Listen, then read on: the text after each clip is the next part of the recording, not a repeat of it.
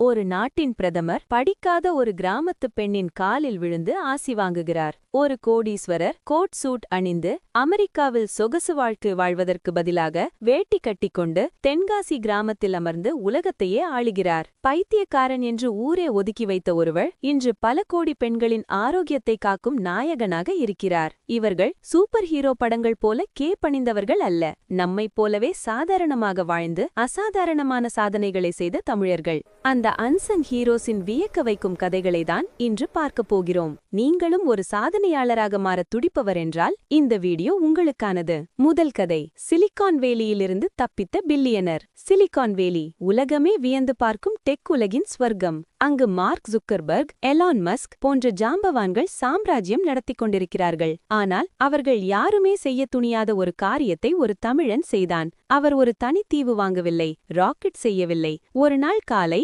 அமைதியாக அந்த ஆடம்பர வாழ்க்கையை விட்டு வெளியேறினார். அமெரிக்காவின் சொகுசு மாளிகையை விட்டுவிட்டு தென்காசியின் புழுது படிந்த ஒரு குக்கிராமத்திற்கு குடிபெயர்ந்தார். உலகம் அவரை பைத்தியம் என்றது. ஆனால் ஸ்ரீதர் வேம்பு எதையும் இழக்கவில்லை. அவர் ஒரு மாபெரும் புரட்சியை தொடங்கிக் கொண்டிருந்தார். ஸ்ரீதரிடம் எல்லாம் இருந்தது. ஐஐடி பட்டம், அமெரிக்காவில் PhD, கை நிறைய சம்பளம். ஆனால் அவர் ஒரு விஷயத்தை உணர்ந்தார். அவர் ஒரு தங்க கூண்டிற்குள், கோல்டன் கேஜ் இல் வாழ்ந்து கொண்டிருக்கிறார். இந்தியாவின் ஆகச்சிறந்த மூளைகளெல்லாம் அமெரிக்காவிற்கு ஏற்றுமதி செய்யப்பட்டு மற்ற நாட்டு நிறுவனங்களின் கனவுகளை நனவாக்கிக் கொண்டிருப்பதை அவர் கண்டார். அப்போதுதான் அவர் அந்த ஆபத்தான கேள்வியை கேட்டார். எதிர்காலத்தை உருவாக்க நமக்கு ஏன் சான் பிரான்சிஸ்கோ தேவை? ஏன் என் சொந்த மண்ணில் அதை செய்யக்கூடாது?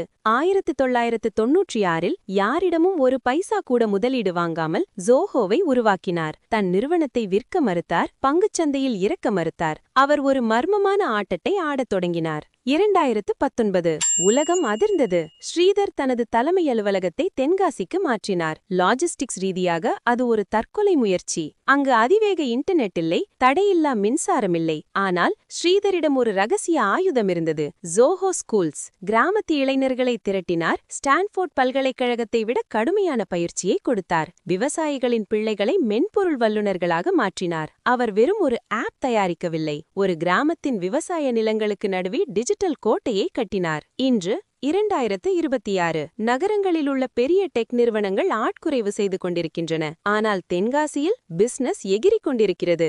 ஜோஹோ இன்று உலகம் முழுவதும் 10 கோடிக்கும் அதிகமான பயனாளர்களை கொண்டுள்ளது. பிரெயின் ட்ரெயின் என்பது பொய், கிராமங்களிலும் அறிவு இருக்கிறது என்பதை ஸ்ரீதர் நிரூபித்துவிட்டார். அவர் ஒரு $1 பில்லியன் அதிபர். ஆனால் அவரிடம் துப்பாக்கி ஏந்திய பாதுகாவலர்கள் இல்லை, ஆடம்பர கார்கள் இல்லை. ஒரு மனிதன், ஒரு சைக்கிள், ஒரு மிகப்பெரிய லட்சியம். அடுத்த சிலிகான் வேலி என்பது ஒரு இடம் அல்ல, அது ஒரு மனநிலை. வெற்றி என்பது உங்கள் வேர்களை மறந்துவிட்டு எவ்வளவு தூரம் ஓடுகிறீர்கள் என்பதில் இல்லை, உங்கள் வேர்களை எவ்வளவு ஆழமாக பதிக்கிறீர்கள் என்பதில்தான் இருக்கிறது. ஸ்ரீதர் வேம்பு ஒரு பாடம். உங்கள் கனவுகளுக்கு ஒரு ஏர் கண்டிஷனரே தேவையில்லை, ஒரு திடமான எண்ணம் இருந்தால் போதும். உங்கள் கிராமத்திற்காக நீங்கள் எப்போது ஏதாவது செய்ய போகிறீர்கள்? உங்கள் கருத்துக்களை கமெண்ட் செய்யுங்கள். இரண்டாவது கதை, மனைவியால் கைவிடப்பட்டவர். இன்று உலகமே கொண்டாடும் பேட்மேன்.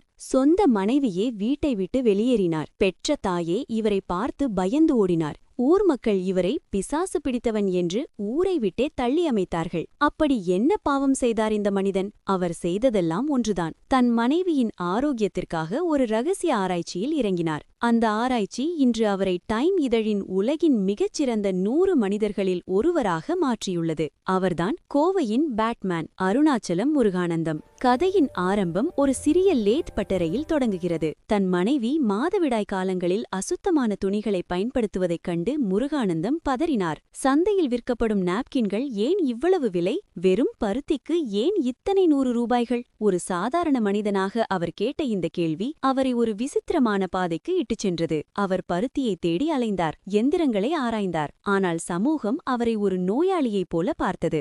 சோதனை செய்ய பெண்கள் முன்வராதபோது அவரே ஒரு நாப்கினை அணிந்து கொண்டு ஆட்டு ரத்தத்தை ஒரு பையில் நிரப்பி தன் இடுப்பில் கட்டிக்கொண்டு அலைந்தார். ரத்தம் கசிந்து அவர் உடை நனைந்தபோது ஊர் மக்கள் அவரை அருவருப்பாக பார்த்தனர். மனைவி பிரிந்தார், தாய் பிரிந்தார், தனிமரமானார் முருகானந்தம். ஆனால் அவர் பின்வாங்கவில்லை. பல வருட போராட்டத்திற்கு பிறகு கோடிக்கணக்கான ரூபாய் மதிப்புள்ள எந்திரத்தை வெறும் சில ஆயிரங்கள் நிமிடங்களில் தயாரிக்கும் ரகசியத்தை கண்டுபிடித்தார். அந்த ஒரு கண்டுபிடிப்பு மல்டிநேஷனல் கம்பெனிகளின் சாம்ராஜ்யத்தையே அசைத்து பார்த்தது. இன்று 2026. அருணாச்சலம் முருகானந்தம் உருவாக்கிய அந்த எந்திரங்கள் இன்று இந்தியாவின் மூலை முடுக்கெல்லாம் இருக்கின்றன. லட்சக்கணக்கான பெண்களுக்கு வேலைவாய்ப்பு, கோடிக்கணக்கான பெண்களுக்கு ஆரோக்கியம். அவர் தனது கண்டுபிடிப்பை பெரிய நிறுவனங்களுக்கு விற்று கோடீஸ்வரனாகியிருக்கலாம். ஆனால் அவர் அதை செய்யவில்லை.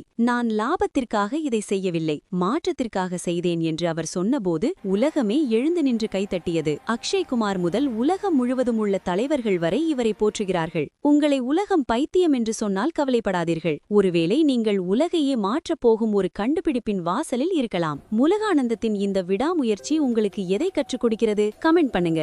மூன்றாவது கதை. இந்திய பிரதமரையே காலில் விழ வைத்த அந்த தமிழ் தாய். யார் இந்த சின்ன பிள்ளை? நாட்டின் உயர்ந்த பதவியில் இருந்த பிரதமர் வாஜ்பாய் ஒரு சாதாரண கிராமத்து பெண்ணின் காலில் விழுந்து வணங்கினார். அந்த பெண்ணுக்கு படிக்க தெரியாது, உலக அரசியல் தெரியாது. ஆனால் அவர் செய்த ஒரு புரட்சி இந்திய பிரதமரையே தலைவணங்க வைத்தது. அவர்தான் மதுரையின் மாரத்தாயி, சின்ன பிள்ளையம்மா. ஒரு பாமர பெண்ணால் எப்படி ஒரு தேசத்தையே திரும்பி பார்க்க வைக்க முடிந்தது? மதுரை அப்பன் திருப்பதி. அங்கு வாழ்ந்த ஏழை பெண்களுக்கு தாலி அறுக்கும் கந்துவட்டி கொடுமை ஒரு சாபமாக இருந்தது. ஒரு பக்கம் வறுமை, மறுபக்கம் வட்டிக்கு வாங்கிய பணத்தை செலுத்த முடியாமல் தற்கொலைக்கு முயலும் பெண்கள். இந்த பெண்களுக்கு படிக்க தெரியாது என்பதால் இவர்களை சுரண்டியது ஒரு கும்பல். சின்ன பிள்ளைக்கு எழுத்துக்கள் தெரியாது, ஆனால் அவருக்கு கணக்கு தெரிந்தது. அது மனிதநேய கணக்கு.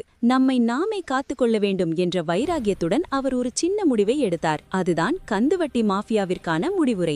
சின்ன பிள்ளை தொடங்கியது ஒரு சாதாரண சேமிப்பு இயக்கம், களஞ்சியம். ஒவ்வொரு பெண்ணும் தினமும் ₹1 சேமிக்க வேண்டும். ₹1 தானே என்று சிரித்தவர்களுக்கு பதில் சொல்லியது காலம். சில ஆண்டுகளில் அந்த ₹1 லட்சங்களாகவும் கோடிகளாகவும் மாறியது. இன்று பல்லாயிரக்கணக்கான பெண்கள் கந்துவட்டி பிடியிலிருந்து விடுபட்டு சொந்தமாக தொழில் தொடங்கும் தொழில் முனைவோராக மாறியுள்ளனர். வங்கிகளே கதவை திறக்க மறுத்த அந்த பெண்களுக்கு சின்ன பிள்ளையின் களஞ்சியம் ஒரு பாதுகாப்பாரனாக நின்றது. எந்த ஒரு கார்ப்பரேட் நிறுவனமும் செய்ய முடியாத மாற்றத்தை ஒரு பாமர பெண் அமைதியாக செய்து முடித்தார். இன்று 2026. அதிகாரம் என்பது வெறும் பதவியில் இல்லை, அது பிறர் கண்ணீரை துடைப்பதில் இருக்கிறது என்பதை சின்ன பிள்ளையம்மா நிரூபித்துவிட்டார். பிரதமர் காலில் விழுந்து வணங்கிய போதும், பத்மஸ்ரீ விருது தேடி வந்த போதும் அவர் இன்றும் அதே எளிமையுடன் தான் வாழ்கிறார். படிக்காத ஒரு பெண்ணால் ஒரு சமூகத்தையே மாற்ற முடியும் என்றால் உங்களால் ஏன் முடியாது? சின்ன பிள்ளை என்பது வெறும் பெயர் அல்ல, அது ஒரு நம்பிக்கை. உதவி செய்ய பணம் தேவையில்லை, நல்ல மனம் இருந்தால் போதும் என்பதற்கு சின்ன பிள்ளையம்மாவே சாட்சி. இந்த தமிழச்சியின் வீர வரலாறு உங்களை நெகிழ செய்கிறதா? கமெண்ட் பண்ணுங்க. உங்கள் வீட்டு பெண்களுக்கு இந்த போற்றுதலுரிய கதையை பகிருங்கள். நண்பர்களே, இவர்கள் மூவரிடமும் ஒரு பொதுவான பண்பு இருந்தது. அது தடைக்கற்களை ஏணிகளாக மாற்றியது. வெற்றி பெற உங்களுக்கு பின்னணி தேவையில்லை, தீராத ஆர்வமும் விடாமுயற்சியும் இருந்தால் போதும். இந்த மூவரில் யாரை பற்றி தெரிந்து கொண்டது உங்களுக்கு அதிக ஆச்சரியமாக இருந்தது? கமெண்டில் சொல்லுங்கள். மேலும் இதுபோன்ற உத்வேகமான கதைகளுக்கு எங்கள் யூடியூப் சேனலை சப்ஸ்கிரைப் செய்யுங்கள். உங்களை சுற்றியுள்ள சாதனையாளர்களை அங்கீகரிக்க இந்த வீடியோவை பகிருங்கள். முயற்சி திருவினையாக்கும். நன்றி.